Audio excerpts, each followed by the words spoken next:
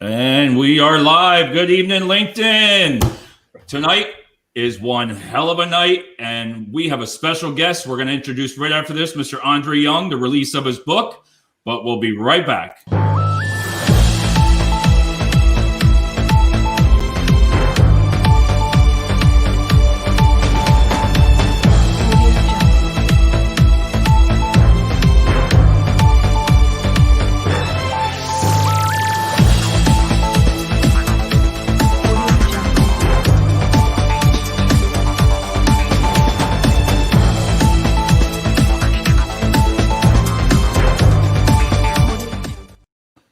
Wow.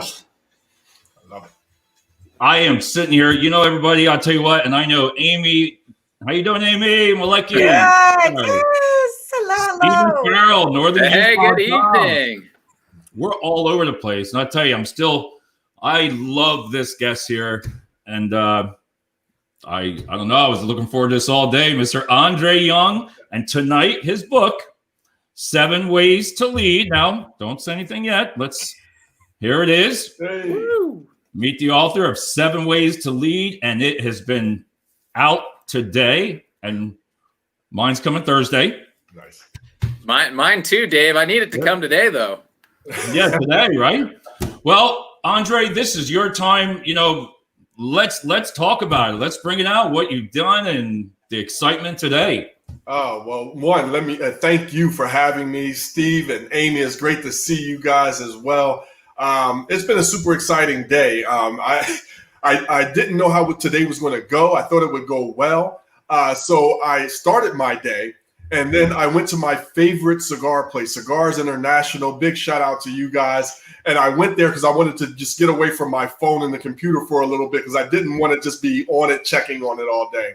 And I broke down and I got a message and it said, look, Amazon's almost sold out of your book. And I'm like, oh my goodness. Wow. So it's been such a year and a half or so of an experience of just creating something, finding the right publisher for me, then being able to launch it, and the impact that it's already been able to have on some people, and the speaking engagements and trainings I already do based off of some of the things that are in there, and to watch it, not only so many speakers are entertaining, and they go in and they can entertain an organization or a team for an hour or so, or however long their program is. But when you leave impact and stuff that the easy to use and the common sense things to do to enhance their leadership, their work-life harmony, and that of those on their team whom they're leading, that's been my biggest mission. And to watch that happen and come to fruition has just been amazing.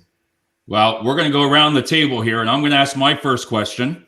And we're just going to go around because I learned something tonight when I printed out about the book that I'm excited. Is what hit me, we've had a couple shows before, was the fact that cell phones are always accessible means significant others' relationships outside life now enter work with every employee all day. So when things are bad, intimately, parentally, socially, it shows up at work with their employees. And then when they get home, I don't know why, but when I read that I didn't think of that.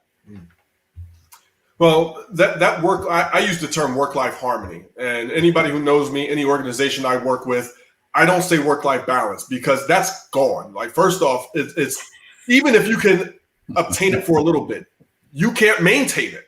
Right. Okay? We live in America. We're going to work. Whether it's remote, whether you're on site, you're going to work. So we can have harmony in all roles. And the fact that we do have a cell phone, look, if you're in a position of professional leadership, at least you might have an office and you can close the door while you're texting back and forth with your wife, your ex, your husband, you're dealing with stuff from the kids. You can at least close a door. Nobody gets to see it happen. Yeah. But what if you're a middle management? What if you're on the floor? What if you're a frontline employee? There's no door to close for that.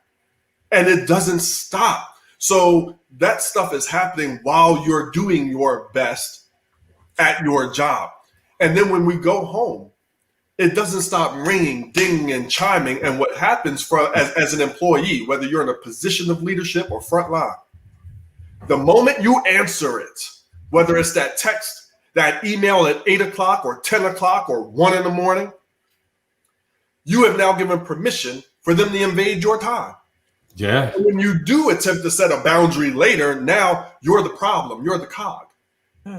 If you don't answer it, because I know bosses and in organizations that say, look, I'm going to send it because I thought about it at 10 o'clock at night, but you don't have to respond. Yeah. But that doesn't wipe away their anxiety of No. what's going on, what's building up, and what am I walking into? Yeah. And then my wife, she works in a male-dominated field. And one of her biggest concerns, if I have employees, I want 1,000 of my wife. She's the best. She's the greatest. But she works in a male-dominated industry. And I never thought of this before. She says, the guys answer that phone call at 10 o'clock at night. I have to. Wow. And I was like, wow, I never really, thought of that. So, that's a big part, that work-life harmony. And then in my trainings, I talk about how to have that email etiquette, how we show respect for that and still operate effectively.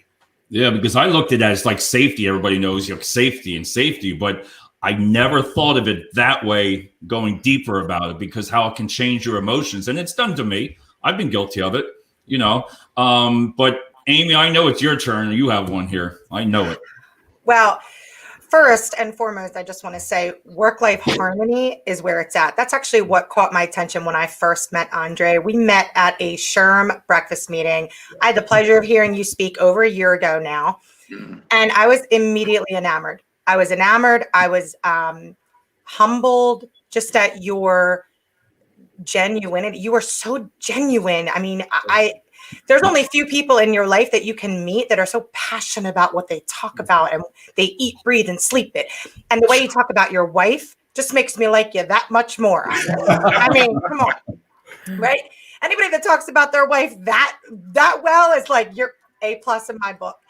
But I'm very excited to read the book. I know you have multiple books. This is your third book out? Third book. Third Wow. book out. I mean, just an accomplished author, husband, father, man in general, just a leader in general. Definitely somebody for me to follow personally. And I would encourage everyone in my network to follow you as well. Oh, thank you so much, Amy. Absolutely. Yeah, no, it was a pleasure. I have a question. When you talk about, and this may be in the book, I've yet to read it, but when you talk about work-life harmony, and you had mentioned sending those emails, how do you change that behavior? Let's say you don't want to be that leader that sends that 2 a.m. Email, but it's urgent. How do you change that behavior? That's a great question, and I do have an answer. First, I do want to go back. One, thank you so much for your kind words, and I appreciate it. But I do want people to know that I am a human being, and I have not always been the greatest boy, young man, husband, all of those things. I've had the pleasure and pain of being on both sides of a lot of things. And that's where a lot of this book comes from, where I've been the greatest employee. I've been the world's worst employee. I've been elevated to positions of leadership and was a manager, I managed, as we all do before we learn how to lead. And you make those mistakes in that. I've always developing and evolving, being a husband. So, I build up my wife, and I say my wife, it doesn't mean we don't go through our stuff. It's just, we want to go through it in a more evolved way, because I'm divorced and remarried, and that ain't happening again. That's a good way Amen to that. Amen to that. So it's really taking everything and keeping your eyes wide open and learning from the failures, the difficulties, but also the successes. So, and taking time to celebrate those successes. And answering your question about email etiquette, the last way of my book is called The Leader 7. 7 languages that your people need to hear, want to hear, and benefit most from hearing. Okay? We all, as leaders, we have to be able to speak all 7.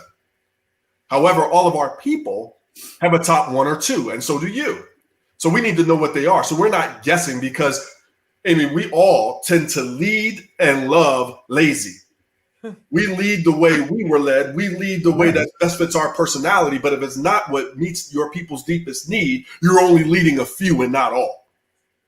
So knowing the 7 and speaking it in that casual times, but also in the tough conversations are important. The 7th language is respect. And that's a long list of things that employees want respect for. And when I talk about email etiquette, here's a tip.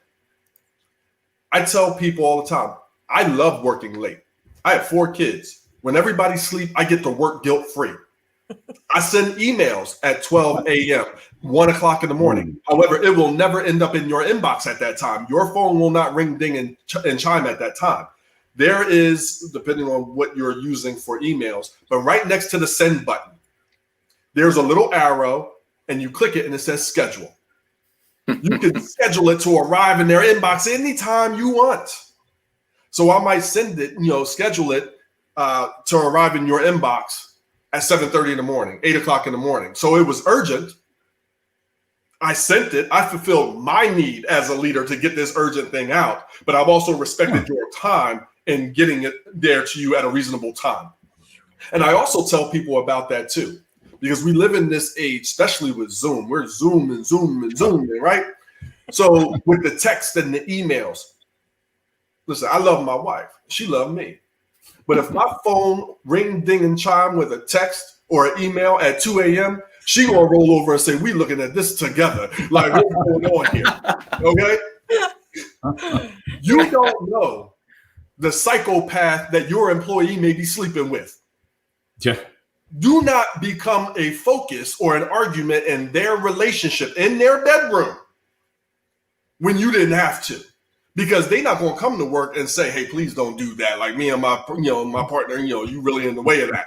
They're not going to do that. It's too intimate. It's too weird. They don't. It's too embarrassing. So we want to be respectful of people's time, their relationship, your leadership, and them wanting to work for you. One of the other things that I'm big on emails. Anyone that gets an email from me, I call it the positive sandwich. Hey, Steve, happy Tuesday. Hope all is great. I get to the meat of the situation and why I'm emailing you. And then, hey, I look forward to hearing from you. Enjoy your day. So you're starting off. People want to read your email. Sure. Yep. And so many people, No. I know a boss out there. I told you this before, Dave, on another show. There's a boss out there. They want something from their assistant and they want coffee. They send the capital letter C and that's it. I'm like, yes, Amy, exactly. Wow. Wow. Okay. Or people just C plus jump right N, in. coffee now. Right. And in this Zoom world that we're living in, everyone's being inundated with all of these emails. When you don't start with that respect and positivity and email etiquette, it's easy to get pushed to the bottom of somebody's pile. Yeah. Thank you for saying that, Andre. And by the way, it's an honor to be on this program on your release date. I'm going to remember this for the rest of my life. I respect you and look up to you, Andre, and I can't wait to read this book and these other 2 books. How did I miss these, Amy? Yeah. But well, look, I tell you what, you missed them because I did something different this time around. I self-published the first 2, and I was you self-publish. There's a lot of work on the back end. It's kind of nearly impossible to get on the shelves that way. Not impossible, but it's hard. And back then, I wasn't big on social media. I was just starting off, really. So I look at those books and I love the content, but this time around, you just know so much more. You evolve, and here it is. So they'll be re-released later. Well, good. I'll buy all 3 of them. But back to your emails. We live in a text messaging world. I mean, I interview people via text messages. And I think just about everyone now that I interact with across everywhere, their emails are written like text messages. Mm-hmm. There's no proper formatting. There isn't, "Hey, hi, Andre, how are you today?" It's just one very long sentence that should be 2 paragraphs. And that's it. Well, and it starts off so abrasive, as if I owe you something. Like, the funny story is, and I have this conversation with my kids. Because they're divorced and remarried, so they spend a week with me, a week with my ex-wife, and they'll send me a text. Practice tomorrow at 3 o'clock, and I'm looking. I say, "Oh, is this for me?" So I have to go back, and that's the culture that we're breeding, and then coming into the workforce where, okay, how about an introduction? Hey, Dad, hope your day is going great. How's everything? You know, hey, I practice tomorrow at 3 o'clock. Will you be able to get me there? There's no practice for that because they don't even have to call back when we were growing up. You had to call your friend. Their mom or dad would answer the phone, and you would to say, "Hi, so-and-so, can I speak to so-and-so?" Well, now they only interact with each other. So they don't even have the skill set to then take this into work. So we have to be able to teach this more at work. And one of the things that you alluded to, Steve, I had a company just reach out to me and say, hey, we want you to come in, do some leadership training. And what the world is not prepared for is that, especially when the vaccines come out and companies really want their people coming back into the workforce. Right. Okay. They need them to come back. Here's the issue. One, not everybody wants to come back. Right. So you're dragging people back who may not want to be there. And Frank, whoever your Frank is from down the hallway from 8-9 months ago is not the same Frank from down the hallway 8-9 months ago. Frank has changed. He may have went through some things professionally, financially, relationally, all of these things. Plus, we've hired so many people that we've never physically shaken hands with. And we have no idea how they're going to play in the sandbox with other people that have existed there and haven't existed there before. Sure. Leadership and work-life harmony is going to be so much more important than it's ever been now and very, very soon. I got to tell you, Andre, I struggle with work-life harmony. It is my number one struggle because and it's always been a struggle for me, but I felt like it's been seasonal. I've been able to manage it seasonally, but when COVID hit, that just went completely away, and I haven't been able to get it back. So I need your help, Andre. I got to get this back. Well, in the book, one of the most powerful things that I feel like I've ever written, and I'm honored to teach and train on, is the 5 points of our day. And, you know, when we are able to utilize, and it's got to be common sense, it's got to be simple, and it can't take a long time, or you're not going to do it. Okay. The 5 points of our day, when we maximize that, what we're doing when we wake up, how we organize our day, especially when you're working from home, that midday self-care and relationship building. So wait, can hold on, Andre, I that one really hit home for me. So what is midday self-care? Midday self-care and relationship building is at some point we all hit the wall. And whether it's your 12 o'clock, 1 o'clock, 2 o'clock, 3 o'clock, doesn't matter. It's coming. The wall always wins, right? So when we hit that, what an opportunity to do one or both of these things. One, you got to do something for you. So it could be remembering to eat and eat while you're not working. The weather is good where you're at. It could be taking a walk. I love where I live and we got this big scenic view. We live here because of that view. Being able to take a walk just to decompress. What a time to text a friend, your brother, your sister, your mom or your dad, your husband or your wife, even if they're right upstairs or in the next room. So I could text my brother, hey, bro, I was thinking about you, love you, proud of you, hope everything's going great. That does something for me. That also does something for him, and it didn't take a long time. My wife, who's upstairs, hey, baby, I was just thinking about you. I hope your day is going as beautiful as you are. Boy, that set up the rest of the night sweet, doesn't it? She must love you, doesn't she, The Andre? harmony part just set in. The harmony part. That's the harmony part. But taking care, if you're working in a facility, you're working at a place, maybe it's having lunch with somebody different. Maybe it's having lunch by yourself because it's full of grumpies and negative Nicks and Nancys. Maybe it's taking a walk and having a walk, doing something, but doing something for self-care midday and relationship building. That text that I talked about takes what, all of 20 seconds? Yeah. Us choosing to take that walk or to actually sit down and eat or do something different or healthy for ourselves or meditate, whatever it is for you, doesn't have to take long, but you got to do it. And it's not just doing it when you're motivated on a Monday, you regularly do it. And it starts to just become who you are. Right. That's huge. It hasn't gotten there for me. Stephen, that was a great question, right? Like I do the midday self-care. In fact, last Friday, I went and watched The Mandalorian with my 6-year-old. Like that's like our thing. So I'm like, we're going to watch The Mandalorian. But the other 4 or 6 days a week, I have a hard time separating. Mm-hmm. So to your point, Andre, the repetitiveness and the holding yourself accountable to maybe time blocking that and doing something just for me Listen. That's where I'm lacking. To start anything, what I suggest, we all have our executive assistant. Everybody doesn't have is a CEO or got a corner office with an assistant, but we all got a phone. Therefore, we all have an executive assistant. Whatever you know we need to do for ourselves, leadership-wise, work-life harmony, I encourage everybody, put it in your calendar and set alerts to it. If you don't do it, at least you have to ignore a couple of chimes and dings that you set for yourself. And you work everything else around it.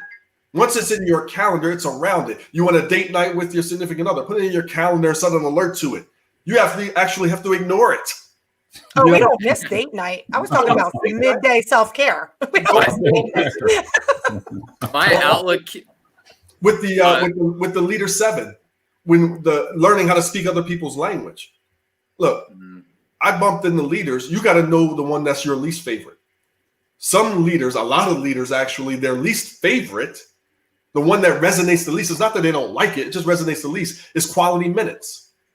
Quality minutes is the language of an employee that wants to spend 2 to 5 minutes with their boss having a conversation that has nothing to do with work. Hey, how was your weekend, or the kids, or whatever it is, but not work related. The best way that we can do that, especially if as a leader, if that's one of your top 2 languages, it's easy, right? Or you can start off doing the positive of the week for your meeting, so you know what's important to them, you know what to talk about. When that's the one that resonates the least with you, put it in your calendar. It is unrealistic to walk around the office and talk to every single person that way. But the people who circle quality minutes, you might not even like them. They might not like you. But you put it in your calendar that you're going to walk the hall and then go say, hey, so-and-so, because you're not guessing, you know that's their language because they circled it and handed it to you. You just pointed out something that I had an aha moment while you're talking. I had this one manager that I struggled connecting with, and we never connected, and we worked for a couple of years together. And then one day it just dawned on me that he just wants to talk about nothing about work. He just wants to talk. And that's how we connected. And I'm like, and so every time we talk, it's just about nothing about work. And we built a strong rapport. And I had no idea this is a language. That was his language. On Thursday, whenever day you're the Thursday of this week, I'm doing a training for an organization on the 5 types of leaders. So his language is quality minutes. His type of leader, he's a connector. And it's easy to look at connectors as they're not doing their job because they're social butterflies, but that's their pro. The concerns, then, there's pros and concerns to each type. So it's really important to find out what your language is, what type you are, and then what to do about it. But it's also important to know what other people's are. As leaders, we got to be able to do that. Yeah. Andre, last night, I learned, and Amy knows a lot about my past, and I learned a lot last night about a show that I did. It was about my story, and Amy knows about that, and I waited for the whole thing. And the show that I did last night, I erased it. Steve saw it. I took it off because I pulled out a red folder, and I brought up negativity. It was about, resignation letter, all the stack, the red folder of everything, and how I got there. And go to your management to learn, and you're supposed to get them to help you. I was bringing that up. I was bringing up the non-competes. And every time I was going negative on anything, you can ask Steve, that was lining up everybody. It hit a sore spot of everybody's jobs. Everybody was like, yeah, I had a boss like that. I had this. But I had to literally, maybe if I didn't throw the folder, but that didn't help. I know, but it was negative. That was a good show being negative. Yeah, it was. It was raw. It was raw. And it was raw. I enjoyed every minute of it. Oh, I'm so sad I missed it. Oh, it's on YouTube. I didn't delete it all. I took it off all the pages, and then I have it on YouTube. I'm gonna send it to you. But it was more, I think, like he said, raw. But my point to you is, why does it take all that for a person to go through to get angry when you would think that your leaders could have helped you because of one person? Man, well, you don't want to stir up the pot, Hey, I've been in that situation. I had mentioned I've been the worst employee. We had organizational change at a company that I thought I would retire from.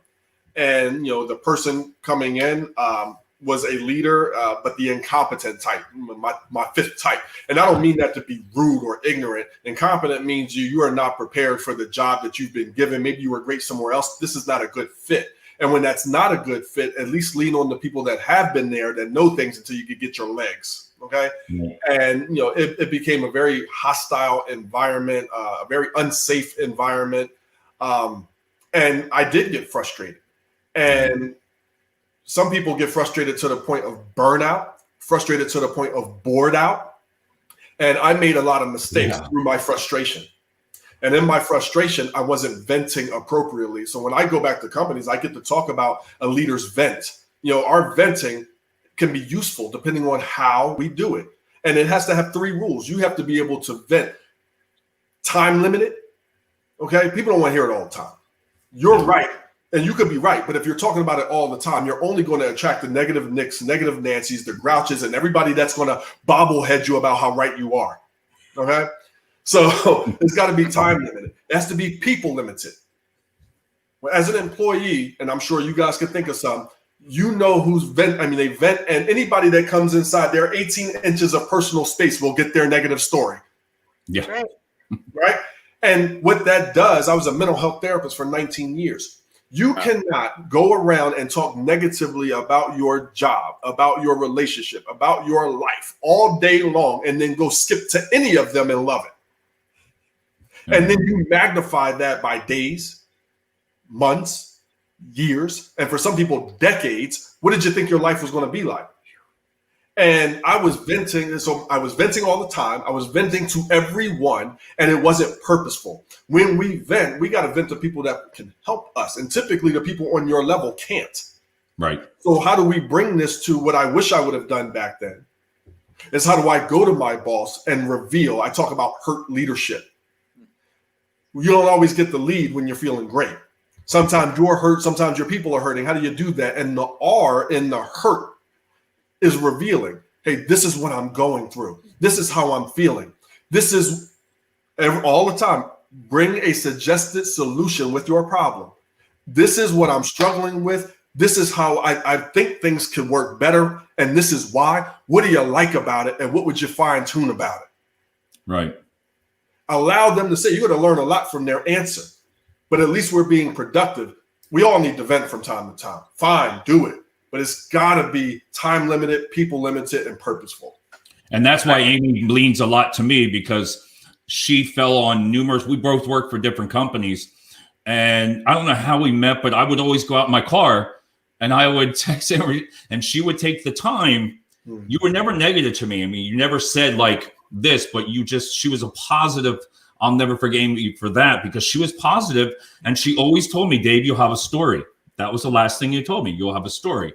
So, I'll always remember her for that. And she really saved me numerous times. Go, Amy.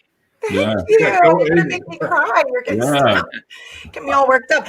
I appreciate you saying that, Dave. Really, to Andre's point, I think if you have the right people that you're venting to, that makes a world of difference. And something that resonated with me, all the things that you mentioned just about hurt and revealing and venting needing to have a time limit, that also works with parenting. Right? No. So I look at that as, I also have 4 children, and I look at that as, in addition to coaching and leading the individuals I work with every day, I have to do it with 4 little humans in my home, where something doesn't go their way, they want to vent, they want to complain. I'm like, woo, let's talk about what upset you, and then kind of guiding them to come with that solution. What could I have done differently? How can we approach this better in the future so we can mitigate some of that? That's huge. I mean, my husband and I started a podcast, and Dave knows this. We started a poor parenting podcast, awesome. But it's POUR, because it's for all those moments as a parent where it could, good, bad, and indifferent, where you pour a little extra on occasion. Because kids are, they're just amazing little human beings. But that resonated with me, because I'm thinking everything that you teach and everything in your books and the guidance that you give to others can really be applied in every aspect of life, work and harmony. Thank So you true. so much for that. And that's why I wrote it. I said I want an evolution professionally and personally. And I'm not big on, I'm always willing to have the tough conversation with people. I'm not a big person on always the hard discipline. Like, but when it's time to go, it's time to go. Like, but I want to know, and I teach this in the Leader 7 and with my kids. Can you help me to understand what was going on? Help me to understand why you made that decision. Yeah. And then we got to be able to shut up and listen. They may say things that blow your socks off, blow your clothes off. You didn't even know that was going on. You hit the key words. Yeah. They might say something that, wow, okay, I didn't even know you were thinking that way. I didn't know that was going on. I didn't know that these were the different factors. Wow, I was coming in here to maybe jump down your throat, but I get your point. Okay, we can't continue down this path. This can't happen again. What do we need to do different for next time? And then let them come up with a plan. Now, they may say something that helps them or hangs them. Either way, fine with me. Like, you're going to get something from it when we shut up and listen. Let them come up with a plan. If their plan is great, they're more willing people are more willing to do what they want to do instead of what you told them to do. So if they come up with a plan, great, let them do it. Maybe we need to collaborate, or maybe we need to, that plan ain't going to work. So we're going to do this. We'll suggestively lead them the other way. Yeah, and then we got to check back in with them. Like, so it's the same thing. It's just being able to detach from our emotion and remain curious instead of punitive. We can always get punitive, but if you get punitive first and then curious, that's not the right order. It just doesn't matter. These words, it's that reaction. It's how do you react to them venting to you to share information, and if you react in a negative way or in a way that it is deflating, they're not going to come back and share those intimate things with you again. Yep. Andre, go ahead, Amy. And I was just going to say, Stephen, spot on, right? Spot on. So if you can get the 7 languages that Andre talks about, and you are self-aware of them, and you constantly adapt them and get better and better and better, that's evolution, right? Yeah, right. That is what Andre's books teach you and just give you that guidance every step of the way. So hands down. And one thing I would add, thank you so much, Amy, is we have to be willing to re-ask what their language is, re-ask how they learn best annually, because things change. Like when I started off as an employee, first started off, I was knowledge and advancement. I wanted to know what my boss knew so I can be them one day. Knowledge and advancement and respect. Now I'm flexibility and respect. So if you're talking to me about from knowledge and advancement, I remember a boss I had, I truly respect. He was talking to me, hey, we want to get you promoted. You'd be great here. And it was like Charlie Brown's teacher. Like, I'm flexibility and respect. I want to know how to do this job without being here the way I'm here. I don't want to be you. No disrespect to him and his title. I didn't want to be that. But he was coming to me with his language instead of mine. So that happens so often, right? So how then, let's say like we know the 7 languages, we're reading the books. Yeah. How do we then go to a leader and just say, here, you need to read this book? I was going to ask you a similar thing. Yeah, you're reading my mind. But, to educate and to add, them and give them.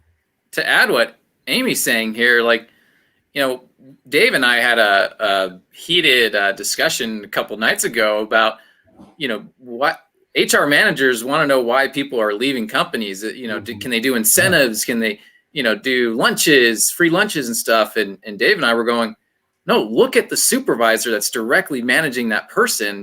That's where you start. You don't start with the free lunches. Right. And so honestly, when I go and work with a company and we do the training program, the whole program or the Leader 7, whatever they choose, because I customize and I'm like, okay, when we're going to hand this Leader 7 while I'm there, everybody's going to get one. And it's the language and one sentence, real simple. They circle it, or now virtually they email it back to their people. So the stack is sitting on your boss's desk. You don't have to guess their language. You want to do lunches, but only 2 people pick goodie time. That's one of the languages. Now the ratio is different. I was at an organization and I love them. They're fantastic. So they broke it down into cohorts. So it was cohorts of 30s plus, people, right? And out of the 38 people in this one cohort, did the leader 7, only 4 people out of the 38 picked goodie time. So wanting the treats, the things like that. That's not a big ratio, 4 out of 38, correct? No, Right. it's not. But what happened after that, I still giggle about to this day. The facilities manager is a team of 2. He's one of the 2. The person that he's leading, what do you think they circled? Goodie time. Good time. Ah, He was knowledge and advancement. He wanted to replace this guy to want to be him, and I'm going to train you and do all of this stuff so you could be me one day, where all this guy wanted was freaking donuts. But when you walk in and you have you meet your team and your supervisors and you talk with everybody, and then do you separate the management from the candidates, and then are you honest to go back to that supervisor, like Steven's saying? Do you really give them the honest feedback, because you have to, right? This is your team, and they're afraid to talk to you. And I'm sure, everybody's going through it. You don't want to say something, and I don't want to go negative about it, because negative as I am sometimes, is you want to confront the issue. What I've learned through the whole thing is I wish I would have done things different. I think you really need to be honest. I'd rather be honest and then sit back and be like, hey, at least I said something. Well, and here it is. Here's how it is to be honest, because I'd rather honest than negative, right? Right. So, one, my philosophy when I work with an organization is this. One, I don't believe in one-offs unless it's like a gala or their end of the year thing, because one, a one-off is entertaining, and you're only really impacting those that are already inspired and motivated. Okay? Right. So a one-off is entertaining. It could be useful, but it's not culture changing. So if you want to do that, great. Here's the concern about that. My Evolve and Lead training program is 5 weeks. So one 2-hour program for 5 weeks. I don't believe in this long 6-hour day if it doesn't need to be. If you're farther away, I do 2 6-hour days. Long story short, I focus on the C-suite and middle management first. They have to go through it first, because you can't have your employees getting better than your leaders, okay? The other part of that is, I like that. I want to bookend. If you're going to do your C-suite and middle management, and this is where most people stop, and we have to understand people, okay? An organization sends their C-suite and middle management people and emerging superstars only, okay, to the world's greatest training. You're going to go to the world's greatest place, go to the world's greatest training.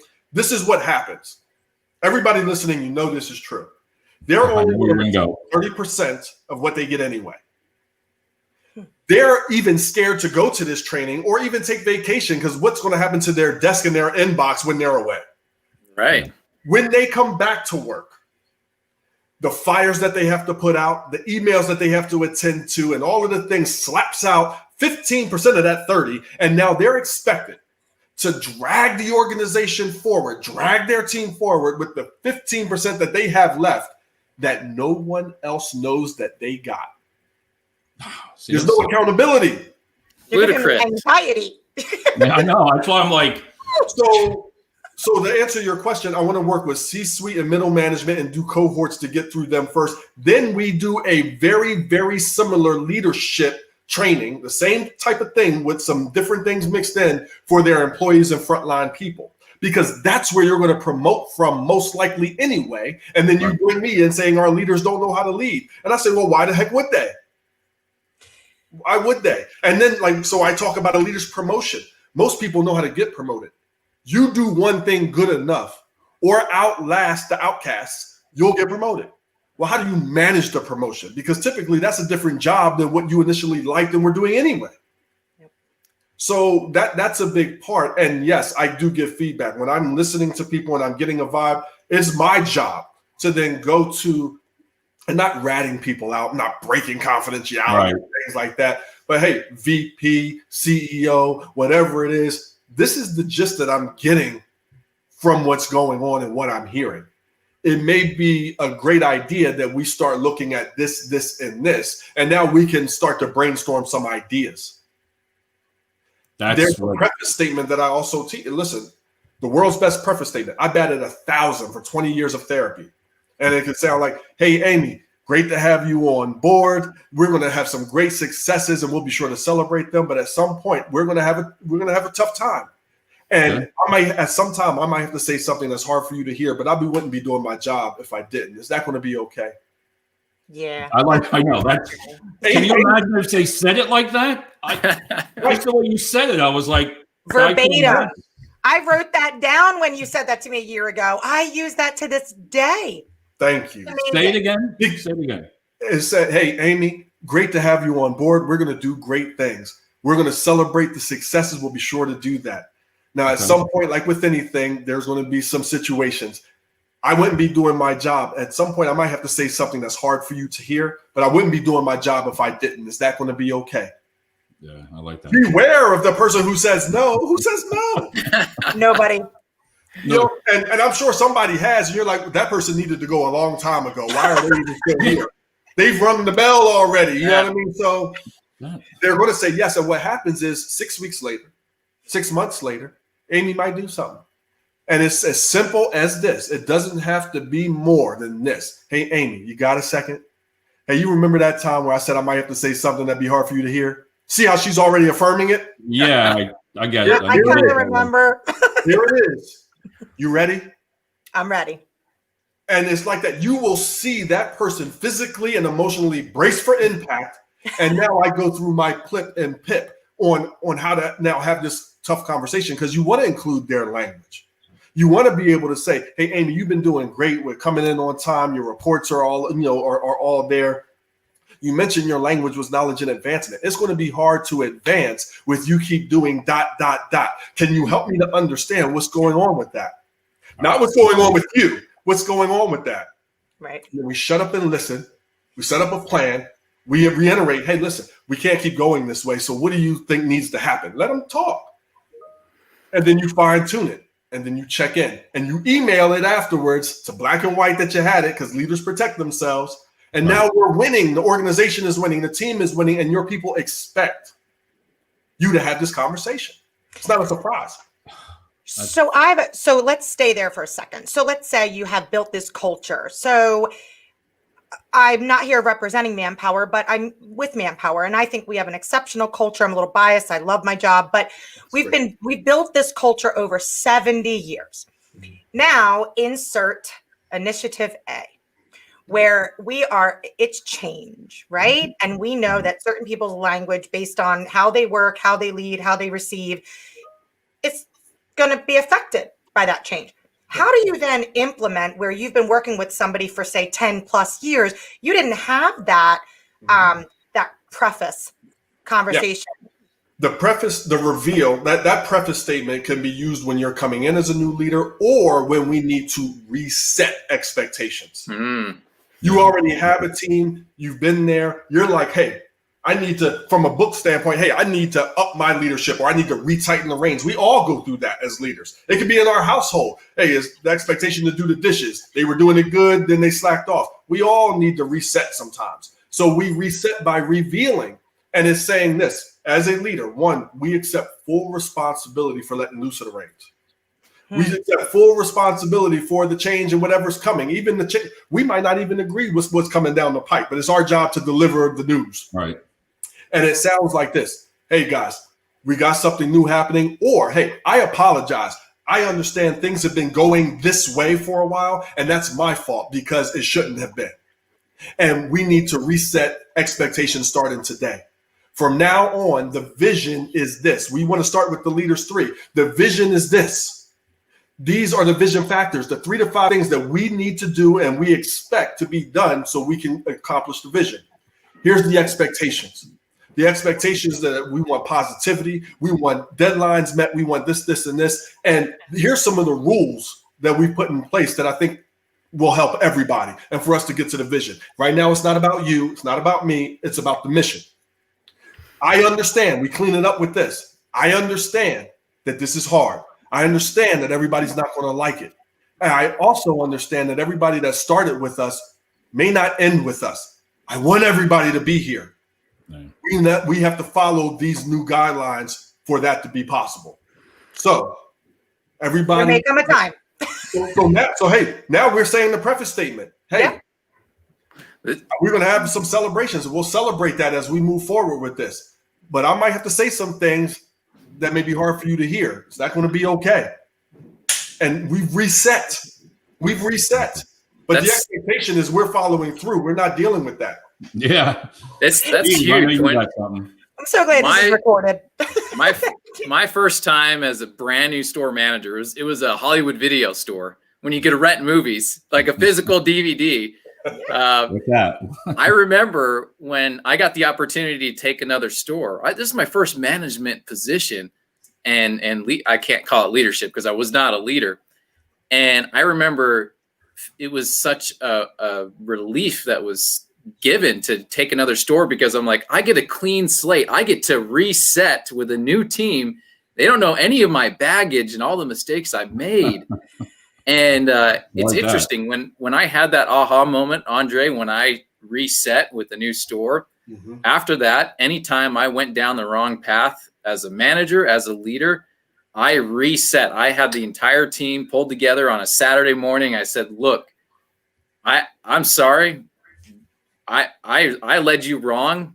Here's our new vision. Here's what we need to do. Here's our goals. And here's how we're going to do it together. And I never would point the fingers to anyone, because at the end of the day, I was the store leader. And it was all from having that actual reset the first time from one store to another. And I think anybody in management positions can probably relate to this. They want to have that reset because they know they've gone off track a little. Yep. But I don't know if it's pride, if it's working knowledge, but it's a lot intimidating. of times I train leaders on how not to be bullied by their employees. Yeah.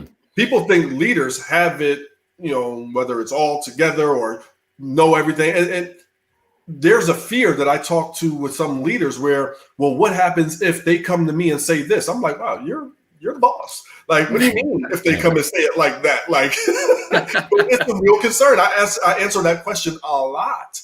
So starting off with the apology, I love that you said that, because we as leaders have to be able to apologize and accept full responsibility. When you watch sports, the quarterback doesn't blame the receiver for dropping the ball. Even if it was a clear drop, they say, look, I got to play better. We got to do better. They don't blame their teammates. Accept it. And you can share it. This is the new vision. Explain why it's going to help. And I just put out an article last week, and the video is coming out. I'm not sure when it's coming, but it's coming. And it's called A Leader's Let Go. Remember, everybody that starts with you is not going to end with you. And as you reset, there's two big employee pain points. Your potential, the person that has the potential that you keep waiting to pop, and that high performer. And as you reset, sometimes you have to be willing to have that tough conversation and or let go people that are doing great for you, but they're doing great in a bad way. They're doing great. They're Terrell Owens. They're showing up in the Super Bowl, but they're a cancer in your locker room. You got to be able to. Everybody has one of those in their team. Yeah. And Amy, you've said that numerous shows that we've done, that those tough conversations. And I admit I put them off sometimes. I did. When I look back now, but I've tried to change that, because what I've went through, I keep saying something like that, but I would do things differently now. Mm-hmm. I think it was worth to say that, like she would always say, have that conversation, because if you don't, it's over. And you got to follow through, because you're inspired and motivated on your team, in your organization. They're looking. And if employee A gets to keep being a problem, how do you keep expecting more from me and then dumping their work on me, so to speak, or whatever it is? And you start it's a sad thing in any organization when you lose, burn out, or bore out your inspired and motivated, because either they're not going to deal with it and swipe left and leave you, or they get bitter and stay. Both are a problem that you don't want. Exactly. I have a question, and I don't know if this, I feel like many, if there's viewers watching here, as a woman in a leadership role, and I'm sure you get asked this in a lot of your client sessions as well, Andre, but as a woman in a leadership role, is there a different way you can go about it other than I apologize early on in the beginning of that statement? Because as women in leadership, we've struggled to get where we are in some cases. So is there a different way that you might approach that? Absolutely. Instead of apologizing, if that is an issue or you feel like you've done it too much or don't want to appear weaker, it could be thank you for your patience. Thank you for your understanding. This is what we believe would happen, or this is what I believe would happen. This is what happened, and this is my plan. This is our plan moving forward to correct that and evolve. So it's thanking them instead of saying sorry. Wow. So Wonderful words. hey, sorry I'm late. Sorry I'm late. Hey, thank you for being patient. Traffic was crazy. It just comes Great across. advice. That's brilliant advice. Thank you. Now, I It wish really that is. was mine. I read that or heard that somewhere years ago. So I can't claim that one is mine, but that one really stood out and resonated for me when I read or heard that years ago. It really stuck with me. And If I'm you hearing it took for the first time from you. So thank you. Herb, if you took something from your book that you could say what you cherish the most in that book, what would it be? If you had to choose something out of your book saying this was my favorite part or not, something. Okay. From a personal leadership standpoint, I would say two things. One is getting your triangle right. So many times, especially when I was a therapist, so many people will come in and we have to understand whatever we put on the top of our triangle runs our life. And I can't tell you how many marriage counseling sessions I sat in, and I know I'm divorced and remarried. It helped me be an expert. But men would come in and traditionally, anytime you say every or all, you're wrong. Let me preface it. Men would come in and say, well, I work all the time. I don't understand what the problem is. Can you say that again? Yeah.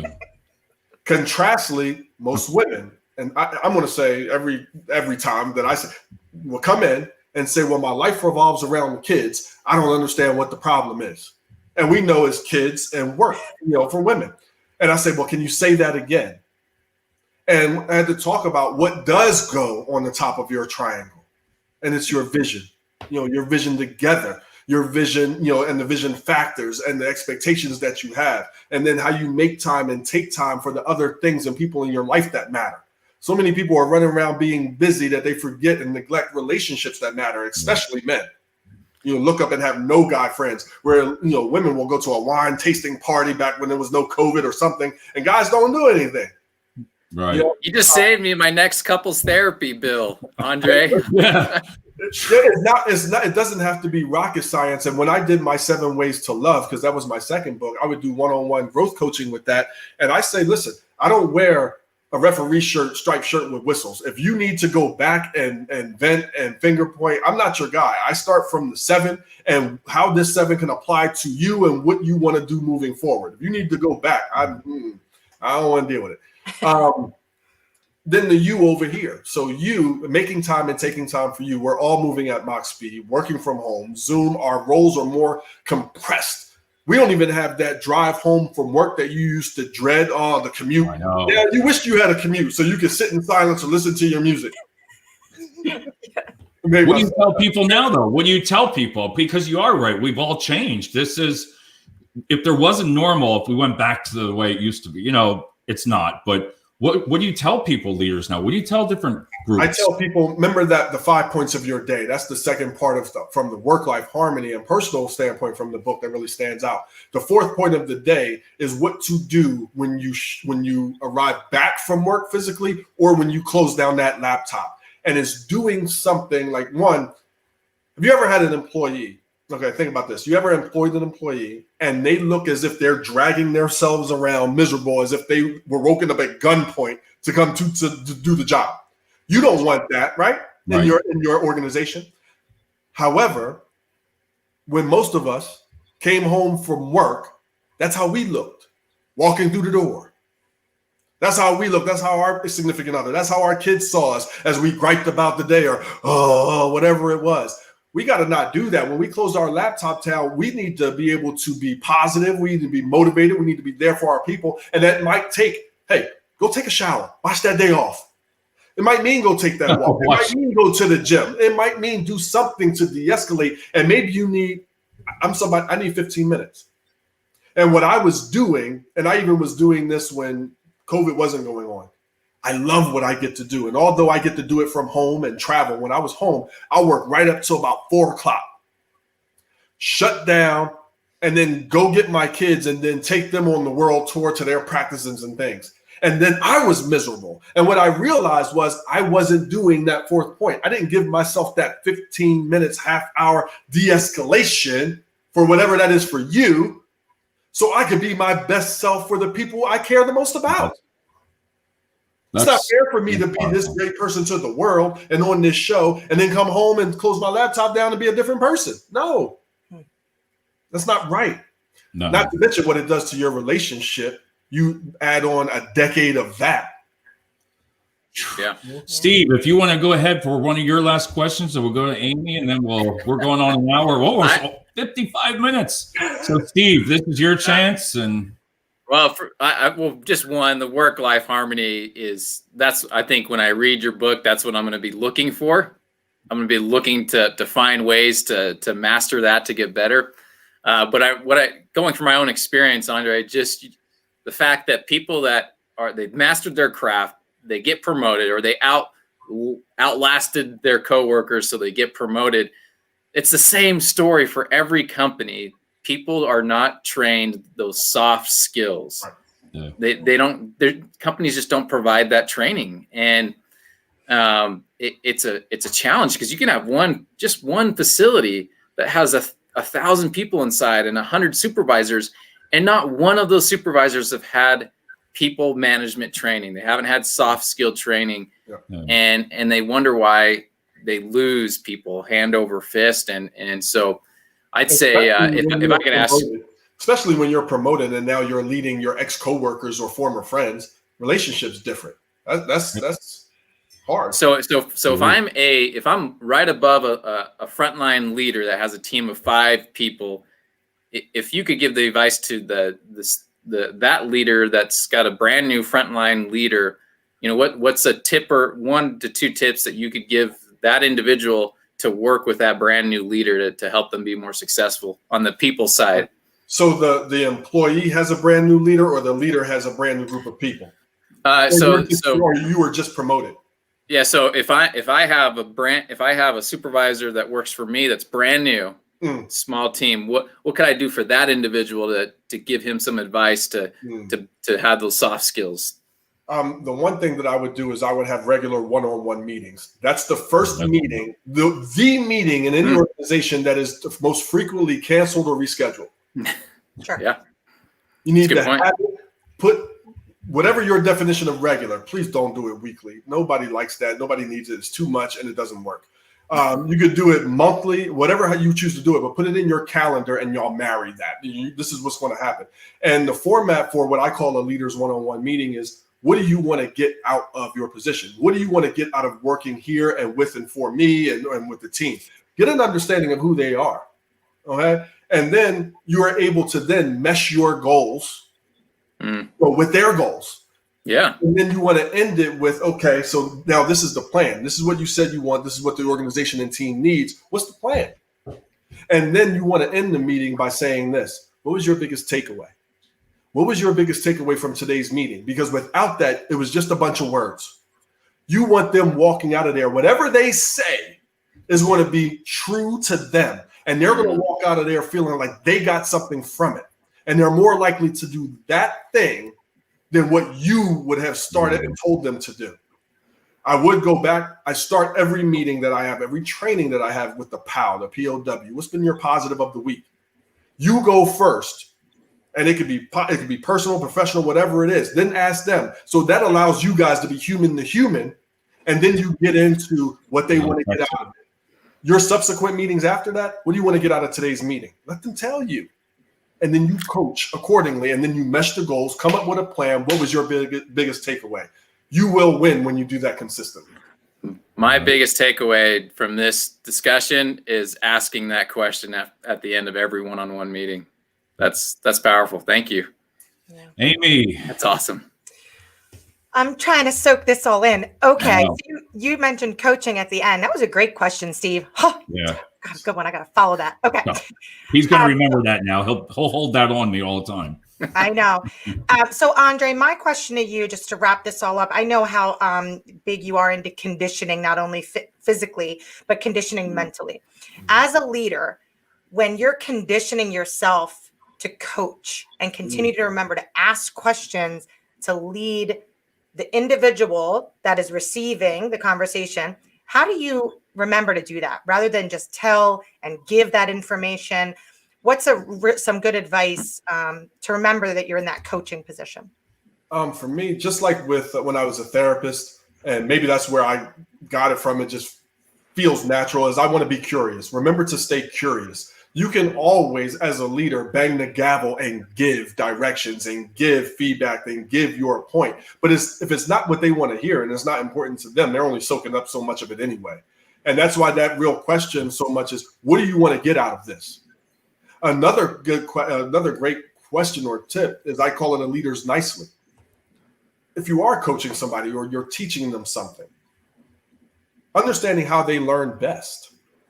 How do you learn best? I said it's either visual, auditory, written, or hands-on. So I want to coach you with this, but I don't want to be frustrated by it either. And I don't want them to be frustrated. So if I am coaching you something, it's really important. How do you learn best? I'm hands-on. My wife is verbal. She walks in, I ask her how to do something. She's like, you need to da-da-da-da-da. I'm like, whoa.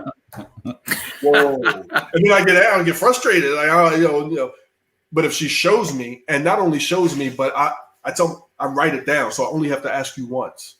You know? So the other part of it, so having those one-on-ones, knowing how they learn best, staying curious and asking questions. What do you want to get out of this? And then when you're following that, you're always leading with their motivation. You're always leading with their motivation, and you can always blend what they want with what you need. But if you lead with them, they'll listen longer and more. Longer. Great Well, advice. before I put my last question here, I'm sorry, but I have to just show this again. I mean, come on. It looks like The Rock. I'm telling you, you look like The Rock. My wife said you look like The Rock. It's like, geez. But what I wanted to say before we close it up is, it's great, like how you have this feeling now, like all of us. You know, you feel good. And my times, I'm always never going negative. But then when you leave the meeting, employees leave the meeting, you always hear, they'll never do that. They'll never change. But you felt good, like I feel good for this moment. But then when your employees leave, they say they're not going to change or stuff like that. Does that make sense? It makes sense, and it's fair because they're right in a lot of cases. And we have to, as leaders, prove them wrong. Right. You know how many new things came down the line that they're going to do? And that's why I don't like one-offs. Because what they're saying, what the employee really said, look between the lines, they want something to be of impact. They want follow through. Right now, they're calling BS because it's been BS. That's exactly what I wanted to say. They're the words, but yes. You know, so, but no, seriously, if this is your time. Can I say something? Yeah. There was an organization that asked me, and this is to attest to what that employee says is it's not going to last. They said, this training sounds great. How do we ensure that it works when you leave? And I said, what? You got to freaking do it. Like, I don't work here. Like, I don't understand the question. Like, it's not rocket science. You have to do it. If you're going to have the one-on-ones, you got to do it and put it in your calendar. If you're going to speak to 7, the worst thing in the world is to ask them their 7, they circle it, and then you don't speak it. Yeah. What do you mean? You just gotta do it, even though you're busy. So what? You're always going to be busy. You want to be busy evolving, or you want to be busy dying. You got to pick your busy, but one is going to happen. No, and at this time, you know, Andre, we want to thank you. I'll tell you what, this and Amy and Steve, you know, it's just you learn so much from everybody. I think regardless when you're in your career, everybody, I've learned from Amy and Steve now and yourself, and you have to apply it. So this is your chance. I just want you to, if you had a minute to tell everybody about this, that's at Amazon, what does it mean to you? And this is your time. Guys, thank you for listening. I hope that you get the book, obviously, but I hope it resonates with you, and then you choose something, if not all of it. I mean, there's so much. Pick something, follow through with it, and get consistent with it. You don't have to get great at everything. Pick one thing, get really good and great at that, and then add to your arsenal. So get the book, and you can get it at youevolvingnow.com. That's my business name. That's my website. If you like the book, you like the videos, I have a virtual conference coming up January 6th. Attend it. And it's talking about how to manage change, the change you want, the change you think you want, and the change you don't want professionally and personally, the 5 types of leaders and managers and employees and more. So invest in yourself, and whether it's with me or someone else, be consistent on what you're learning and growing, and then impart that on your team, and it will pay off. I don't pay off. No, I want to thank everybody, and again, I put all that information on the thread, plus the on the thread itself before the posting, all your information from the email, your phone number, where to get the book, and you can get it at Amazon anywhere from yourself. Yeah, anywhere. You can get it wherever you get books, or if you want to go directly to my website, youevolvingnow.com. You can check out a lot of my videos there, a lot of the blogs there, the books are there. So it's a one-stop shop at the website. All right. So thanks, everybody. And I hope everybody enjoyed it out there listening. And I'm going to send this right to you. I figured Steve taught me I don't have to wait 24 hours for my YouTube. I just go off of here, click live, send it to your feed, so that way you have the link itself. And I started a watch party when we started. I started a watch party on my personal. I did as well. See, I don't even know how to do that yet. I don't have all that time. That's not fair. So, Andre, thanks so much, and everybody have a great night. And I hope everybody enjoyed this show. And we are going to end it. Yes, thank you.